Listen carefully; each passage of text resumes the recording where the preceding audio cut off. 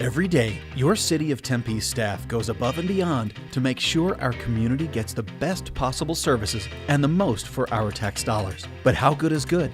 How do you measure it? And how do we know what we really need to make progress on some of our most pressing issues? To guide us, we developed a series of goals designed to help us improve our community based on our Tempe City Council's 5 strategic priorities. Reaching for excellence, we are comparing ourselves against the rest of the nation as well as ourselves. Some of our goals will help save lives. Some of them will help us save money. All of them will help us make Tempe a better place. Tempe Accelerates is an opportunity for you to get involved. Hear what city staff and community partners are doing to reach our goals. Your role? You are a vital part of our community. Share your ideas and help us craft better solutions. Ask questions. Be part of the conversation either in person or online. Check tempe.gov/Tempe Accelerates for dates and times of our next programs and collaborate with us at Tempe City Hall. Today, we will hyper-focus on 2 performance measures. Each presenting team will have 10 minutes to share data, strategies, and progress on a performance measure. Then, you will have about 10 minutes to ask questions or offer suggestions and ideas. On the back of your agenda, we have resource questions to help you participate in the conversation. Also included with your agenda is a quick survey with space you can use to include any ideas or suggestions you might have about today's topics. Thank you for participating. Now, let's accelerate. Good afternoon, everyone, and welcome to the final Tempe Accelerate session for 2018. I understand we are working on the 2019 calendar as we speak, so that will be exciting. Wait for that. But for today, we have something really exciting. It's the City Attorney's Office turn to present here at Accelerates. We have a couple of performance measures that will be presented by a couple of different groups of presenters. First, or I shouldn't say first, one of them will be for performance measure 1.28, ensure the protection of rights to all participants in the criminal justice system by achieving an aggregate rating of very satisfied or satisfied on 80% of the criminal division survey to victims of crime, and for performance measure 5.08, achieve an aggregate rating of excellent or good on 85% of the civil division annual survey for timeliness, courtesy, communication, and effectiveness. Because we just would not function if our attorneys weren't courteous, right? It's very important, as well as the other ones too. So without further ado, we're going to give each presenting team about 20 minutes, which will leave 10 minutes roughly for them to answer questions and receive feedback. And as it's said in the video, if you don't have the opportunity or you think of something else you want to say, these forms are in the back for you to fill out to provide additional feedback to both teams. Without any other comments at this point, I'll turn it over to the team. Thanks. Thank you, Mr. Ching. My name is Sonia Blaine. I'm with the City Attorney's Office. And to my left, in case you haven't met her, is Jenny Armstrong. She's Executive Assistant in our office and a critical component of everything we do every day. We have the pleasure of explaining to you some survey results, which I'm going to not explain at the moment, but they're definitely worth waiting for. They're positive, but I wanted to set a backdrop, if I may. Not so sure you can see the cartoon. These cartoons come from the New Yorker, who really loves to make fun of attorneys, as does just about everyone, I suppose. So the city attorney is one of the positions that's provided for in the charter. And the city of Tempe must have a city attorney. And in this case, her duties are outlined in the charter. And as you can imagine, she represents all city departments, agencies, mayor, council, and on all things legal. Now, of course, the city attorney has a team, and the cartoon there says, I do corporate divorce and malpractice, but I'm most familiar with leash laws. Now, all of the attorneys in our office, although we may not be familiar with leash laws, we all have our areas of responsibility, and I like to think expertise. So that's the framework for the office. Now, Why is it that this is an important measure? This is where I get to say a little personal story. I've been practicing law for 36 years. Part of that time period has been spent in a private law firm where I had the pleasure of representing various cities. I've also been in-house, as you know, I call it, here in this city and in another city, Phoenix. I can tell you that the internal attorneys have much closer relationship with the work, with the clients, with the environment. I could never, ever replicate that as an outside attorney. So it is extremely important that we do a good job for our city and ultimately for our larger community. So we set forth a performance measure of receiving an aggregate of excellent or good in responses on 85% of our survey issues. This measure matters because we're a service organization, we're here to serve the city. In order for the city to achieve the goals that it has outlined in each of its individual departments, needs a lot of assistance from folks. Certainly, I'd like to think the city attorney's office provides a lot of that assistance. And to the extent that we're providing good, high-value services to the city, that contributes to the long-term financial stability and viability of this city. It's extremely important for us to maintain a very strong client relationship to achieve all of those goals. So again, the council priority is financial stability and vitality. So how did we go about measuring? We redesigned our survey. Survey's been used traditionally by our office, so this isn't a new measurement tool, but we did tweak it a bit. And we were looking to measure benchmarks in promptness, courtesy, communication, caring, ease of use, and resolving issues. Now I want to tell you what those results were. On the next page, you'll see a chart that compares the current survey results and also comparison between the prior survey results, all of which we grouped together. Not really interested in spending a lot of time on the exact comparison of the numbers. I want to tell you that historically we've measured quite well in terms of the surveys that we've done.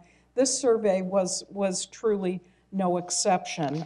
We did exceed our benchmark of 85%, as you'll see in all areas that we measured. So now let's move on to the challenges that exist. Some of these challenges aren't really unique to the city attorney's office. There are a lot of them challenges that everyone faces.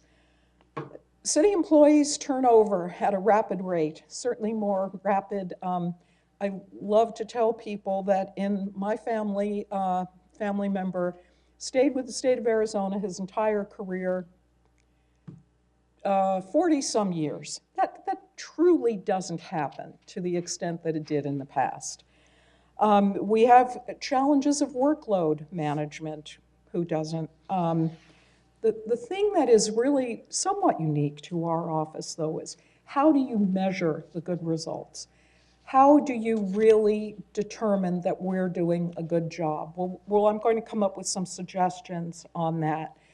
For instance, if you said to me, I do transaction work, how many contracts did you handle in the last month?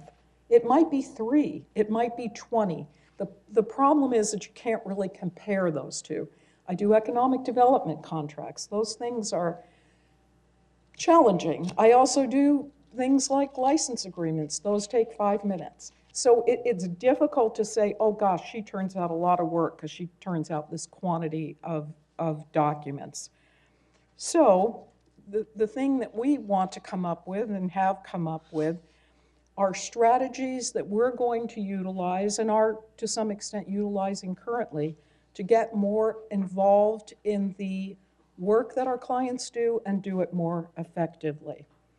One of the things that is a citywide initiative is to try to get more and more expertise from technology. Technology can assist us. We're actually doing that in our office. We've gotten some really, really helpful programs that are helping us track what we're doing. They're doing other things, these programs are, that are assisting us. We are looking to reduce a lot of the support system functions that our attorneys are doing. Technology is helping us a lot in that regard. We utilize externs, ASU externs in our office.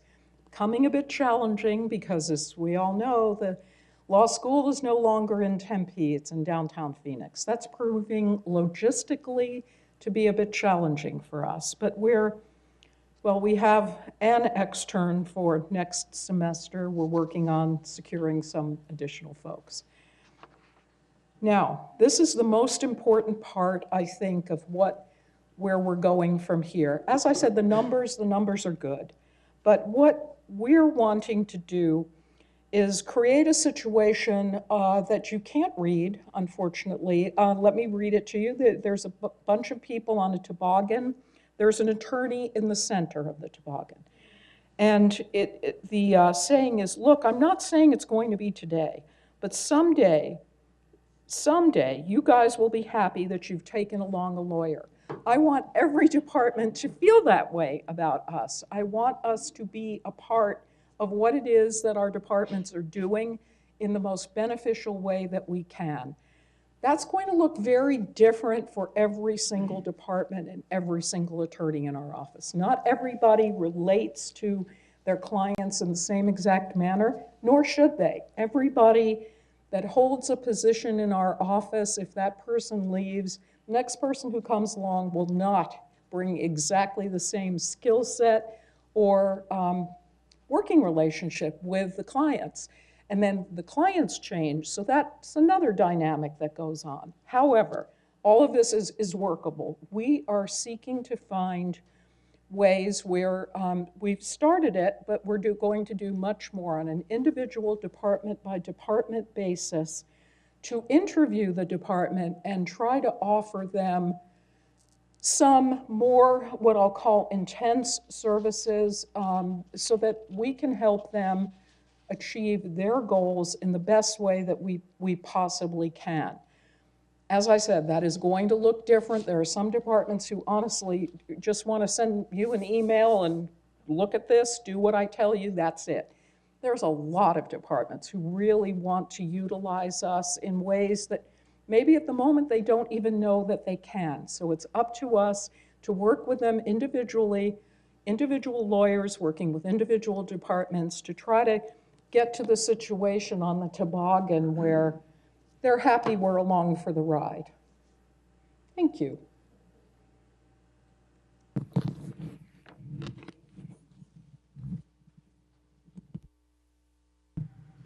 All right. Questions, anyone?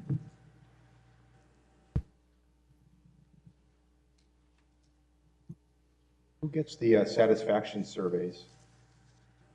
Oh, thank you. I should have described that, Andrew. What we did was we asked all of the attorneys to tell us, who did you work for in the last year? I'm not talking about a 5-minute conversation that you had, but then Jenny compiled all of those names and provided surveys to all of those individuals defined as clients. Now, some of those clients may have gotten 3 surveys. So we did expect to, and hopefully did receive, 3 survey responses from them. But thank you for asking that. That is how we defined who would receive the survey. Would you track whether or not one person filled out the survey 3 times? Jenny, did we? No, they were given anonymously with the option to put their names in so that they'd feel comfortable if they were dissatisfied disclosing that. Some people we know did take multiples because they did disclose their names. Okay. But that's tracked depending upon which attorney they worked with in the office, and they would provide separate feedback depending on the attorney that if they work with multiple attorneys, they get the opportunity to do multiple feedback Correct. on each of them, but also the opportunity to fill out the general part of it 3 times? Yes. Okay. Does having multiple responses from one person potentially affect the data? I would say no, because I think each individual experience would be different. Because if you're looking for something like promptness, I might not have been prompt on something, and Judy might have been extremely prompt on the matter that she worked on for that client. So those responses should come in separately because they're attorney-specific and matter-specific. Right, but you aggregate the overall responses into the 4 categories, right? That's absolutely So right. even though they may be specific to an instance, you're still extrapolating to a more general point using the larger data. Yes, Okay. absolutely. So it really yes. serves dual purposes, not just to provide feedback to one attorney or to a group of attorneys, but to make sort of a general statement or some general conclusions about the overall efficacy of the city attorney's office. That's exactly the goal, yes. And in doing so, if you aggregate up, the more times you're able to respond, the more chances you have to affect the final number, is what I'm saying. Yes, be it good or bad. Right, no, I understand. Yeah. But typically, when you give a survey, you limit someone to be able to take it once. True, Okay. true. Okay. All right, Mary has a question? Hi, nice job, Sonia. I think you did a great job. I have a question, though, about the survey going to the victims of crime. Is that because they're your customers and the perpetrators aren't? So I imagine if you got 85% satisfaction from somebody who went to jail, that'd be great. So you know. But can you just make that distinction? The criminal division will be presenting next, so they can speak to the parts about that. As I said to them, Mary, their work is far more interesting than ours, so we thought we'd go on first. Yeah. A question? Yeah, real quick. How often are the surveys sent out? I received one, but I've worked with our attorney multiple times. Is it something that's sent out annually or quarterly, or is it sent out following each encounter, I guess? Well, basically annually, but we're probably going to be formulating some different questions in the future, but yes, basically annually.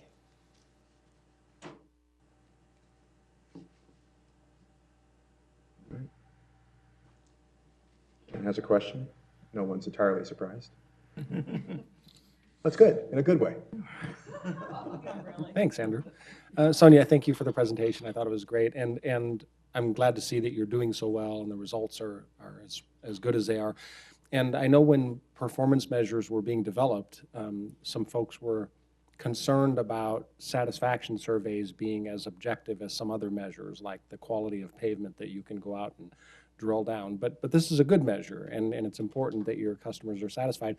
I'll just say that the challenge lies in when you're not meeting your performance standard, what do you do? Do you come to a conclusion that you don't have enough people to serve the needs of your customers? Do you conclude that the people that you do have aren't doing a good job? And it's a lot harder, right? Can you talk about what you would do if your survey results were lower than you had anticipated? What steps would you take to determine what the next step would be to improve?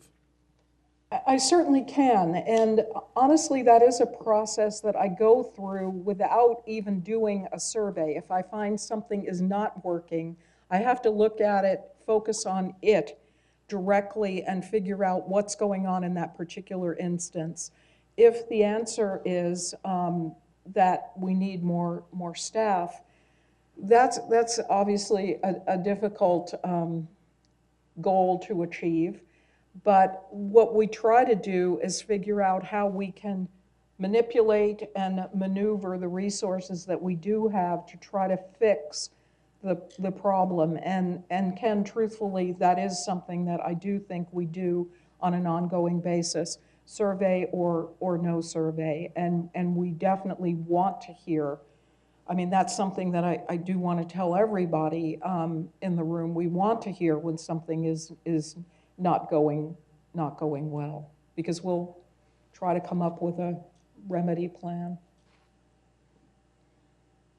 So off of Ken's point, is that something then that you would track more than annually? In other words, if you get feedback about the performance in any given instance during the year, do you have mechanisms in place that could affect, if someone gives you, concerns, or praise in either way? Is there a mechanism currently in place rather than waiting annually to take steps if you hear things? Absolutely, yes. And I think we have done that to date. Yeah. We have, yes, there are. And I am asking people. I'm truly inviting comment from folks. I want comment about me. I want comment about others. And did you also send out the survey instrument to the clients of outside counsel as well? So if a department had contact with the attorney's office through outside attorneys that were hired through the attorney's office, did those clients also get the opportunity to respond to the survey based upon their contact with the outside counsel? No, Andrew. Maybe something to look at for the future. Okay. All right. Any other questions for Jenny and Sonia? Thank you very much. Well done. Thank you. Thank you. Thanks. Now welcome to the stage Bill Burke, Nathan Porter, who are going to present their satisfaction surveys from the perspective of the prosecutor's office. Thank you.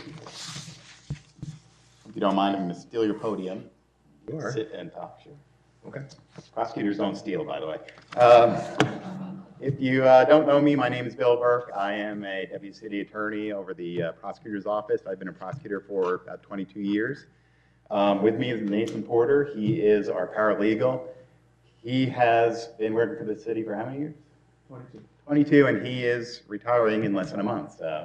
And he handles a lot of our victim dealings, handles our grants. He works in conjunction with Betsy Buelna, who is our victim advocate at the prosecutor's office.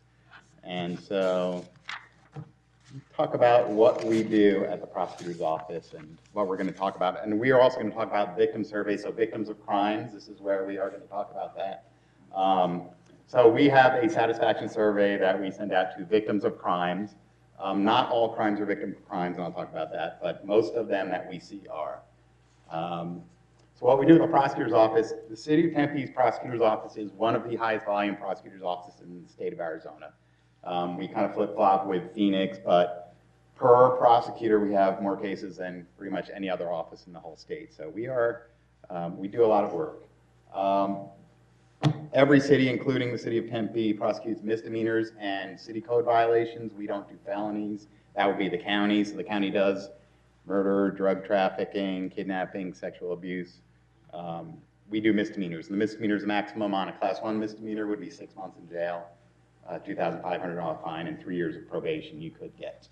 Our office is tasked with ensuring justice and fairness for everyone, which includes the defendant. We cannot do something that is unjust or unfair. Unlike defense attorneys, they have a little more leeway. They can do a lot more than we can, but we're the good guys. We do what's right, we do what's fair. That's why we like our job so much. We're also charged by law, and one of our duties is to protect the rights of victims, and we'll talk a lot about that in these 10 minutes. But we do not represent the victim. We represent the state of Arizona. So if the victim, say, does not want to prosecute, we're not representing the victim. We do work with the victim. We ensure they get their rights. We ensure they get notice, restitution, everything, but we're not the victim's attorney. The crimes we prosecute typically are domestic violence crimes, which could be assaults, disorderly conduct, criminal damage. We also do non-domestic violence crimes. We do DUIs, we do thefts, shopliftings, assaults, city code violations, criminal traffic, things like that. We don't prosecute civil traffic, so if you get a speeding ticket, you're not going to see us, thankfully. So victims' rights, where do the victims' rights come from? There's 3 main areas in Arizona they come from. One is from the Constitution. It's called the Victim Bill of Rights. And Arizona is one of the first states to include victims' rights in their state constitution. So Arizona was on the forefront of that. We have the state statutes, so it's codified in the law what prosecutors, the courts, the police, and other people have to do about ensuring victims' rights. And there's case law, so the courts will interpret what the laws are and then tell us who we determine is a victim, what victims' rights mean. So we have to abide by those as well. Some important victims' rights is not an exclusive list, but this is some of the big ones. The victim is given notice throughout the proceedings of when all the proceedings are. So if it's a trial, a pretrial, an arraignment, a sentencing, a probation revocation hearing, anything like that, they also get notice of events like if the defendant has been arrested, if the defendant has escaped, things of that nature. The victim is allowed to be present at every one of those proceedings, and they're allowed to be heard at every one of those proceedings. They also are allowed to refuse a defense interview. And what that is the defendant or defense attorney can say, hey, state, you've listed these witnesses. We want to talk to them to see what they would testify to at trial. So Arizona's very open. We're supposed to share discovery back and forth. But if you're a victim, the victim can say, no, thank you. I don't want to do a defense interview. And that's part of the Constitution, the Bill of Rights that they have. And they're also entitled to restitution. So if they're out of pocket any money as a direct result of the crime, we get that back for them. We don't get everything. We can't get pain and suffering or things like that. It has to be a direct result of the crime. How do we communicate with the victim? By mail. So when we get a case in our office, the police report will determine who the victim is. We can also look at it, and if we think there's more victims, we will designate them as a victim. We send out a mailing with their victim's rights, with when the next court proceeding is, and then if they want to invoke their victim's rights or waive them. If they want to waive their victim's rights, we don't send them any notice of anything anymore because they're allowed to waive their victim's rights. That doesn't mean they're out of the case. If the case is going to trial, we're still going to subpoena them and use them to help prove the case. After mail, if they invoke and they want to be heard, we will call them. We'll talk to them on the phone. They can call us. They can make office visits. We've had even up to just a few minutes ago when we left the office, a victim was coming in to consult with the prosecutor. So they get a good face-to-face with the prosecutor, and they can explain the system for them.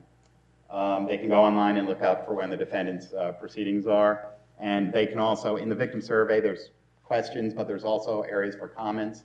We take those, we look at those, and we work with those to see how we can improve our interactions with the victims. So our performance measure is to ensure that victims are being served and their rights are being protected. We set a goal of 80% of victim satisfaction. Why 80%? Why that number? We would like every victim to be satisfied, 5 out of 5. Unfortunately, realistically, there are victims who don't want to prosecute, who are reluctant, who for whatever reason, they don't want the case to go forward. We may have victims who are not happy with the result of the case, and that could be even out of our hands. They could be found not guilty at trial. They could be, the defendant could be given a sentence that's not as harsh as they would like. We have some victims that this person stole my bicycle. I want them to serve life in prison. Well, even if we agreed, the law won't let us do that. So they may not be happy. But so we set a goal of 80%. So hopefully 4 out of 5 victims we contact will be satisfied with our services. So here's the data that we had. We've been collecting this data for a while now, but we're showing things from 2010 to the present. So we have fairly consistently been over 80%. In fact, it's the highest is 94, the lowest is 90. So we're looking to maybe adjust that to make it 90%. We are making some changes to our questions. We're adding some questions. We're putting it out at a different time. So we want to see how that's going to affect the numbers before we change it. But since it has been consistently over 80, we want to push it and make it higher. Make it 90, and if it gets higher than that, 95. Like I said, our goal is to make every victim satisfied with the services. And even if the result isn't what the victim wanted, if they can say, well, your office treated me very kindly and very with courtesy and respect, that's what we aim for. All right, so why does this matter? Why do we want victims to be satisfied? Well, there's a lot of reasons. They have rights, and we have to abide by and ensure those rights, as I talked about. Very few crimes are victimless. We do prosecute crimes, obviously, that are victimless, such as if an officer sees somebody speeding around the city of Tempe and driving recklessly, they'll be charged with reckless driving. There may not be a victim. We're not going to go to every citizen in Tempe and say, hey, you're a victim. Here's 20,000 victims on this case, but there are victimless crimes. But most of the crimes we do involve a victim. We want to ensure prompt attention to the victim. So the way to get them involved is to get them on early in the case. And unfortunately, the wheels of justice grind slowly sometimes, and that may not be prosecutor's fault or even the criminal justice system. If you have a defendant who goes out on a warrant, who skips town, the case may continue on 2, 3, 4, 5 years or longer, and victims get frustrated. We get frustrated too. But we want to get them in as soon as possible. And then if we can get their feedback, even if we say the victim falls off the map, at least we know what the victim's desires were going forward. So if we get that person back later, we know how to proceed. Learn how to better assist victims, so we're always trying to improve how we deal with victims and to treat them with dignity and respect, always. Some of the challenges the prosecutor's office face with victims is, one, motivating them to respond. So we send out a lot of victim surveys, and honestly, we don't get a ton back. I would say maybe like 5% or 10%, somewhere around those. And I have a lot of thoughts about why that may be. I think nobody, when you're on the internet and you are shopping on Amazon or doing something and you get something pop up, hey, at the end, would you mind spending 5 minutes to complete the survey? No, I'm busy, I don't want to do that. But, and a lot of victims just don't want to be involved in the process, or if the case is over, everything's done, they may not want to do that. So one of them is motivating to respond. We deal with a lot of reluctant and recanting victims, so victims who don't even consider themselves a victim, even though they certainly are. They may not want to complete the survey.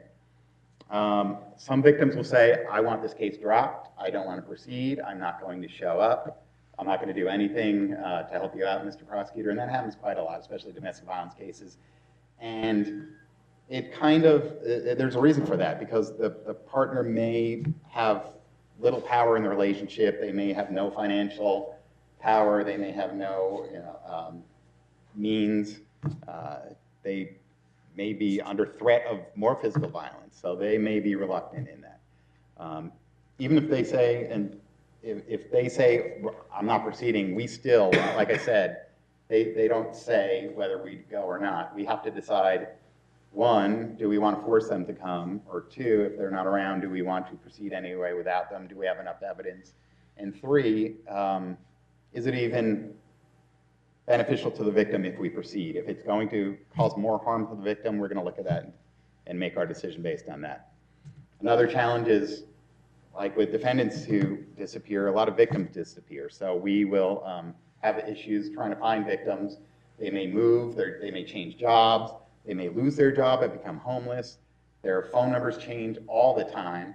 You get a police report, you call 2 weeks later, and they have a new phone number and we can't find it. So that is another challenge that we face. All right, some of the things that we're looking to do in our office to fix that is we want to get victims involved. If we have the cooperation of the victim, it makes our job a lot easier in prosecuting a case. And if we have a cooperative victim who will be willing to testify, that is probably the biggest help we have in prosecuting defendants. Another goal of us is to get defendant some kind of counseling, because if we can get defendants' behaviors changed early on, we're hoping they're not coming back to court, they're not committing more crimes, they're not making new victims, and it helps the victim in that case, it helps the defendant, it helps us because it lowers our numbers of people coming to court. Getting all the restitution that the victim is owed is important, and that's always hard too, because if you have a defendant that has no money, has no job, how do you get money from somebody that has no money? So what the courts can hold them in contempt, they can put them in jail. It's not going to get the victim the money. So there's tax intercepts we could do, things like that. But again, if they're not working, you're not going to get the money from them. Our number one goal as prosecutor's office is always justness and fairness, and then also services for the victims. The prosecutor's office isn't really set up to provide services for victims, but Tempe, the city of Tempe, is amazing in this respect, and I think is a leader in the state and probably the country in that. We have Tempe Human Services, we have Care 7, and they do an incredible job, not only serving defendants that we send over there, but victims and just members of the community. They do a really hard job, and they do a great job at that. All right, so what are we doing now? Right now, like I said, when I talked about the numbers, 80%, we're looking to raise that, but we've done a couple changes. One is we changed when in the case process the survey goes out. So they used to go out with the initial letter. So when we said, here's the court date, you can call the prosecutor's office, do you want to invoke, do you have restitution? We'd also send the survey out, and they could return it at any time. The good news about that is we got a lot of them back. The bad news is I don't think we're getting a full picture yet because we haven't concluded the case. So we changed that to the end. The good news about that is I think we're getting a better picture. The bad news is we're not getting as many surveys back. And I think that might be because either we're losing victims to just time and geographical change, or they've gone through the process for 6 months, a year, 2 years. I think they just want to be done with it. Another thing is when we send out our victim surveys on paper, we're sending them out without an envelope or a stamp. We want to get self-addressed stamped envelopes. I think that is going to increase survey responses. And we have just added the survey online so that a victim can go online, fill it out. They don't even have to take it to a mailbox or get a stamp or get an envelope. So hopefully that'll help our numbers increase. And the strategies, we want to get more involvement online. So we want to get a bigger online presence. We're working with IT. I want to have an area where victims can go and they can have all their questions all their questions answered if it's an FAQ, so that we can take the mystery out of it before they even have to come to court, or maybe they don't even have to call a prosecutor if all the answers are there. We're looking into getting case management software. So this is, right now we use paper files. We've been using that forever. A lot of prosecutors' offices in the state and the country are going to this electronic case management software. A lot of people call it paperless. It's really less paper. It's not truly paperless, but the issue with this is programs are hundreds of thousands of dollars. So they're very expensive, but I think it would help with, they generate victim surveys in the software. And if we have a victim that ever comes back into the system that we've lost, whether they're another victim of another crime, they're a witness, or they get arrested, we can get their new information and we can contact them. And that's hard to do with paper files that sit in a drawer for a couple of years. Another strategy is working more closely with partners. We may have victim feedback, but it's going to the police department or the court or Tempe Human Services. We want to work with them and find out what they're hearing about victims, and part of that is how we did as the prosecutor's office. Continuing education, so our victim advocates have access to yearly training through the Attorney General. The prosecutors also have yearly training, so if there's new case law on victims, we send them to the training. And we're also constantly reviewing survey questions, see if we need to change them, update them, add questions, things like that. So that's what we do at the prosecutor's office and how we deal with victims. Anybody have any questions or ideas? Our one question, where did it go?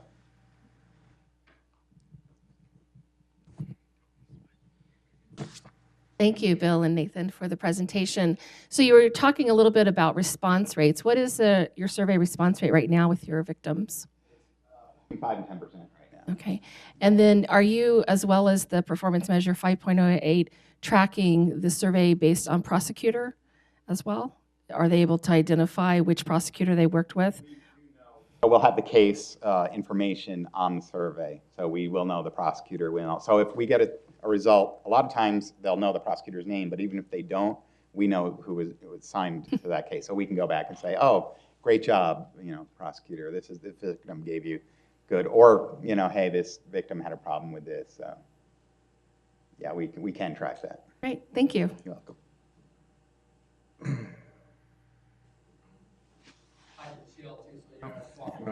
No, I got to walk. We got to get you in on the recording. So one of the things that the fire department does is we utilize people's email addresses, and it seems like even some of our homeless have access to a smartphone. So is that something you guys have considered to try to increase that? I know you're talking about going more online, but. Yes, we have considered that. So right now, the way we get the victim information is from the police reports. So they'll get the victim's name, address. They might even get their driver's license number, things like that. They don't have an email address on there, but we have been talking with the police department to see if they can add it on there, because, like I said, with phone numbers, those change all the time. Usually people aren't changing their email address week to week. So yes, we are looking into that, and we hope we can get that. And we do, I think if we can get that from the victim afterwards, so if the victim gets in contact with us, and we will get their email address from them. Oh, great question. Bill, like the civil division, do you track other users of the, or are there other entities that you interact with in the prosecutor's office for their satisfaction? Police, defense attorneys, unrepresented defendants, court staff, et cetera? No, we don't track that ourselves. I don't know if that's part of the city, but no, we don't. And that's actually a good idea too, because I'm interested in what our partners, how they feel about us and if we're doing a good job or not. So, oh, that's great.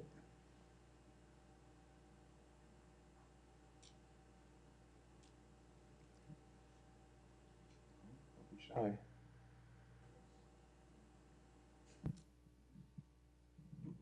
Okay.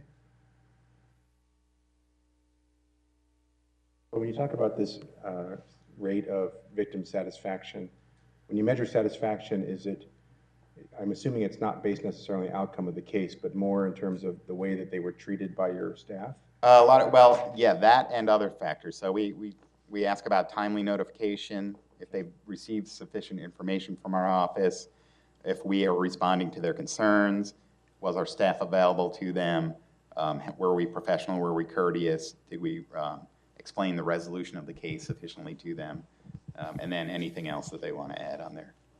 Is this kind of information, can it be used for things like application for victims' rights grants and things like that as well? Yes, and we do use it for that purpose. We do have a grant with the Attorney General's office, and part of that is that we do need to send out a survey, and we send the results to them. So that is used for that. So we add these, not only do these numbers help us do a better job with dealing with victims, it helps us in funding our victim advocate.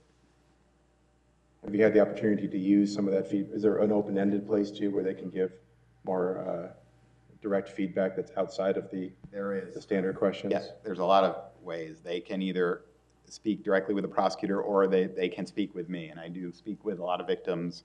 So if they feel like they're either not getting the attention they need or they're not getting the results they want, they know they can contact me directly, and they do that a lot of times. That isn't necessarily captured in the survey? No, we don't add that to the survey, but it may be after the case is concluded. Hopefully they can go back and say, well, you've addressed my concerns. So you guys are talking about the potential to go to electronic format with the record retention and everything else. Are there other performance indicators that you are evaluating, or that switching over or transitioning to an electronic platform that you can start to track trends or try to pull more information, hone in on where you can improve? Are there specific potential indicators that, aside from satisfaction surveys, that you guys are looking on or that are on your radar for moving forward? I think with the case management system, there's tons of information we'd be able to get. I wouldn't want to spend $500,000 on something that just did victim survey, but it would be able to track and quickly, if we wanted to say, see how many DUIs or extreme DUIs or super extreme DUIs were in this area, or how many domestic violence in general.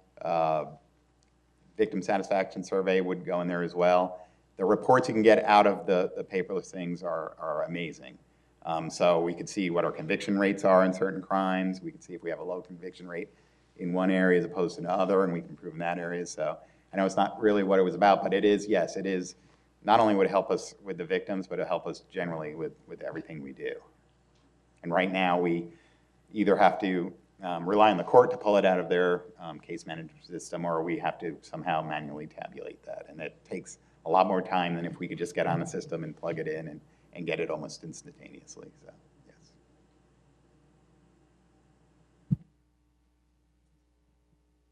Thank you for the question. Any other questions? Okay, thank you very much, Nathan and Bill. Well done. Thank you.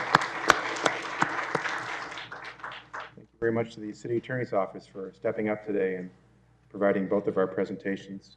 Judy is here, I'm sure, listening very intently to all of the feedback, and we'll be reading all of your survey or your feedback forms with both teams to continue to try to hone the performance in these areas. So Again, thank you. Thank you for being a part of this today and throughout 2018.